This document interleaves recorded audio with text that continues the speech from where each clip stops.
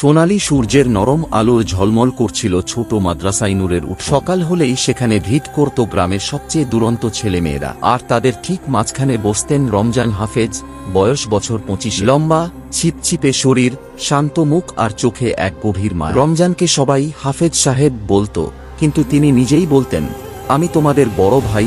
শুধু রমজান, তিনি ছোটবেলাতেই পবিত্র কোরআন মুখস্থ করেছিলেন, সেই থেকেই নামের পাশে হাফেজ উপাধি। রমজান কেবল কোরআন শরীফের তেলাওয়াতেই শেখাতেন না, তিনি শেখাতেন জীবনের পাঠ। একদিন রমজান দেখলেন তার ছাত্র আলী মনমরা হয়ে বসে আছে। তেলাওয়াত করার সময় তার চোখ বারবার চলে যাচ্ছে মাদ্রাসার ভাঙা দরজার। রমজান তার কাছে গিয়ে মৃদু হেসে বললেন, আলী, কি হয়েছে? আজ তোমার মনটা কেন যেন ছাদের পায়রাদের মতো উঠছে? আলী ফিসফিস করে বলল, হাফেজ ভাই, কাল রাতে আমার বাবা আমাকে খুব বকেছে, আমি আর অঙ্ক কষতে পারছি না। আমার মনে হচ্ছে আমি খুব খারাপ ছাত্র। রমজান আলীর হাত ধরে বললেন, এসো, আজ অঙ্ক নয়, আমরা অন্য কিছু। তিনি বাচ্চাদের নিয়ে মাদ্রাসার পেছনের জীর্ণ আগাছায় ভরা বাগানটায় গেলেন। তারপর একটা মরা ডাল দেখিয়ে বললেন, এই ডালটা দেখো, এটার ভেতর আলো ঢোকে না, তাই এটা শুকিয়ে গেছে।